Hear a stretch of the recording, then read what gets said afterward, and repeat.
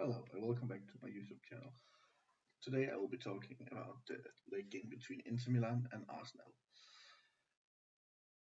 And this game we will primarily not be talking that much about the game because Arsenal, it's not like it's the pin Inter Milan gets is 100% correct. Yes, it comes off someone's foot to the hand, but the hand is out like here and then it sits, so you wouldn't say natural position because he's not jumping. So yeah, that penalty is fine to give and should be given, but Arsenal also clearly robbed of a penalty. Like Sommer have getting like Sommer just goes out and ended up punching one of the Arsenal players in the back of that. Looks like when he's out clearing the ball after he had tilted over goal. So he's not contact ball, so that could also been given a pen, but it didn't. So I can understand if Arsenal fans feels like they were robbed today, but that cannot really be like that could easily be called a penalty, but didn't in this case. So they will probably feel hard done by. And if we look at, and then like we need to talk about Mikel Arteta. He needs to stop with some of his antics. Like how many times have I seen him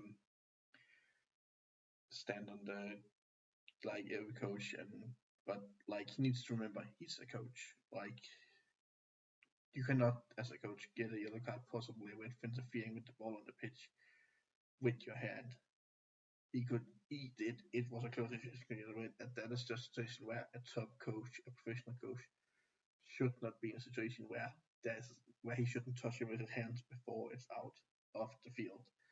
This is a mistake that will never happen for a coach, and therefore this is some of the things Mikel Arteta need to work on. He gets, in my opinion, way too high up in emotionally in press conferences and on the byline. Yes, some people like that and like that about Arteta, but when it resulted in him putting his hand to the ball before it's called out, it stopped risking red cards, and that's not smart as a coach.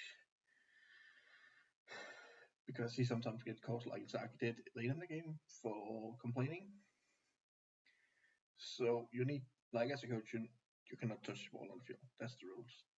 That's the rules for everyone. That's not just for us now. So this Arteta being an idiot. Like there's no other ways about the yellow card. If you're a coach, don't touch the ball before it has been called out. Just like you don't stop playing until the whistle has blown. This is textbook year 5 football. You learn this when you're 5 years old and play. So Arteta needs to stop actions like this, and people will probably say, "Oh, you're just Arsenal fans," but come on, you cannot say it's smart that your coach actually touched the ball with his hand before it was out of the field. Like this is a dumb yellow card. He shouldn't be getting those. And this is a risk that's not worth taking because you could give a rating in a situation like that. If he's lucky, his hand just stopped the ball from going out, and that's why if he actually had went into the field to touch it, it would have been given a red. But he needs to wait till the ref have blown his whistle and not before, like every other coach. So this is not a Arsenal bias, but Arsenal should have scored a goal. Like they bombarded Inter Milan in chances, but they just couldn't get past Jan Sommer that has a really, really good game. He ends up having 4 saves, but the defensive intermediary and Jan Sommer actually keeps Arsenal from getting big chances. If we look at ratings, Jan Sommer have a really good game. So yeah, he actually keeps Inter Milan in this game and actually ends up having a really, really good game. And this is the reason why Arsenal lose 1-0 on a penalty that is there, but they should also get a penalty so they can feel a little bit rough. But they need to stop getting dumb yellow cards like this. And their coaches and staff need to stop getting yellow cards. Their bench need to stop getting yellow cards when speaking of especially when if he if he had been a meter more forward, it would have been red. Also because he sometimes get cards like this where it's just for complaining. Then we have how much the needs to go. I hope it's not a more serious head injury. Yes, his skull got. It looks like a pretty serious injury, so we hope it's not worse than it looked. We hope it's actually just that, and I know saying just that his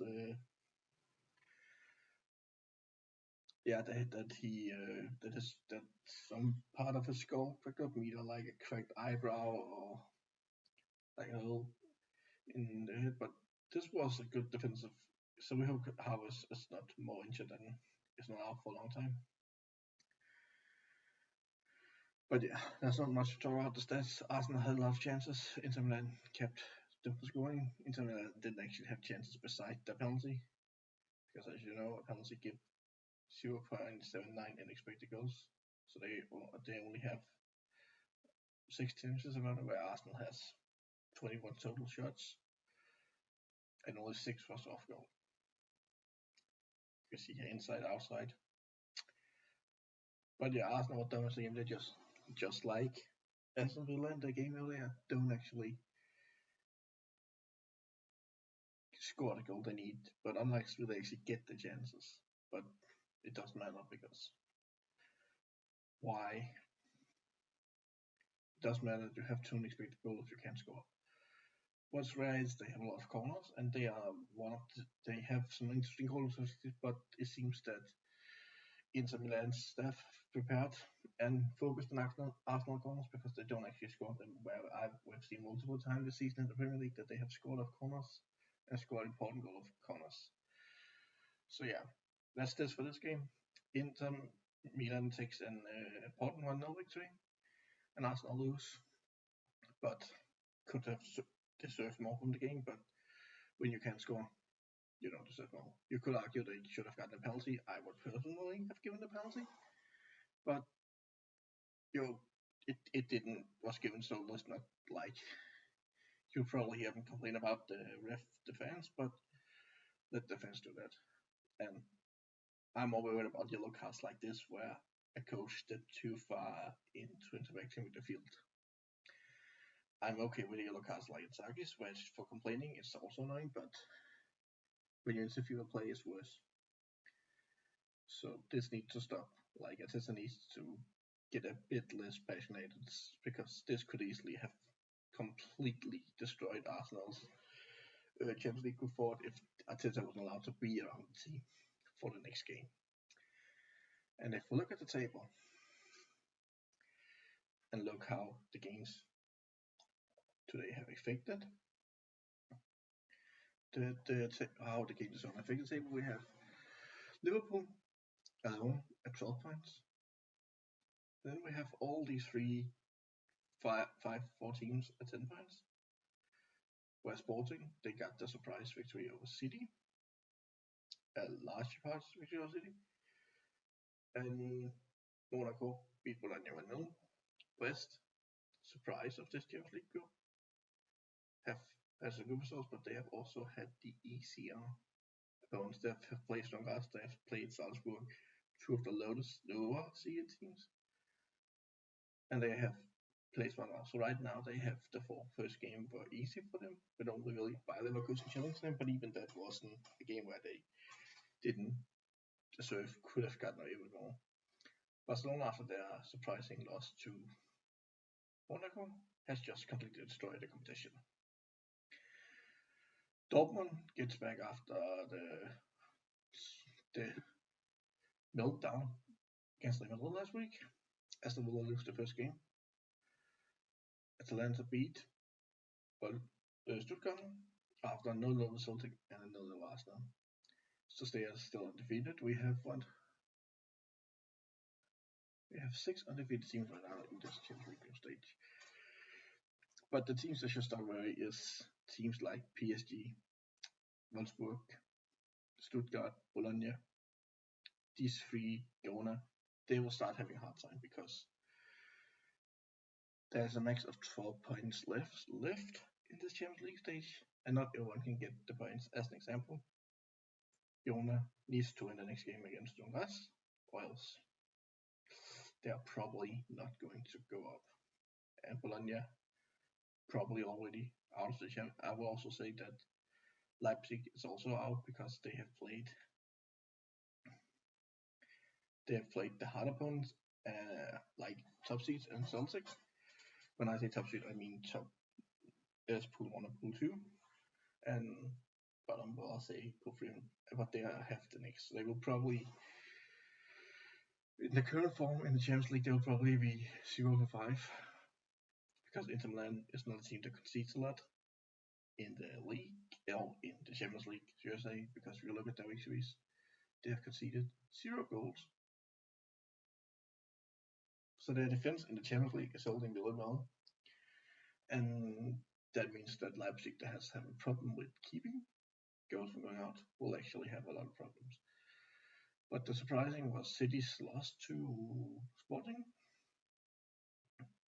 and I will say Aston Villa's loss was also surprising because it was because of who it was to.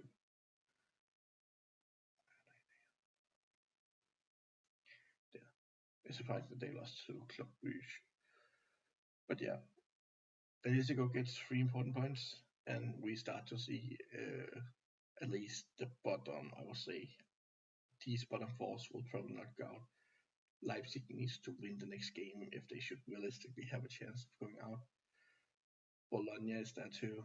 Salzburg is not there because I need to look at schedule, but we also need to win the next game. If they don't, they're probably also out, so we can start cutting the bottom from 29 to 36. After next round, we'll probably know who's out and who's in. And yeah, that's basically it because PSG will have a hard time. They're playing Munich next. Who else? Let's see. PSG is playing Munich. They're playing Red Stars, that they need the 3 points next time. Donetsk will probably not get more points because PSV have been good, and Salzburg will not get more points. So the only teams I will say is out next week. I will even say Bologna because Lille has actually been one of the better teams in Champions League.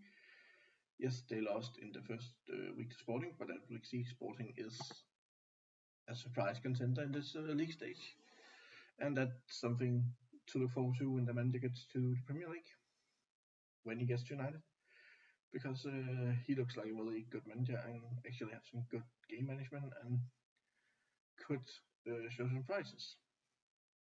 But yeah, back to Lille have been a really dangerous team, which is why I think Bologna actually joins these 4 and being out next round, sadly.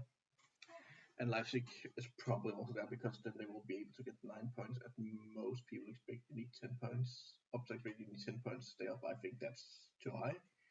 To say you need 10 points, I think it's more like maybe 6 or 7. Before, but now we're probably closer to 8 or 9 because a lot of the favorites have 6. I mean, Real Madrid has 6 points. They will get more, even though they're playing the leaders. Welcome. But yeah, that to my left there will be another video, and down below right you can subscribe to my channel. See ya.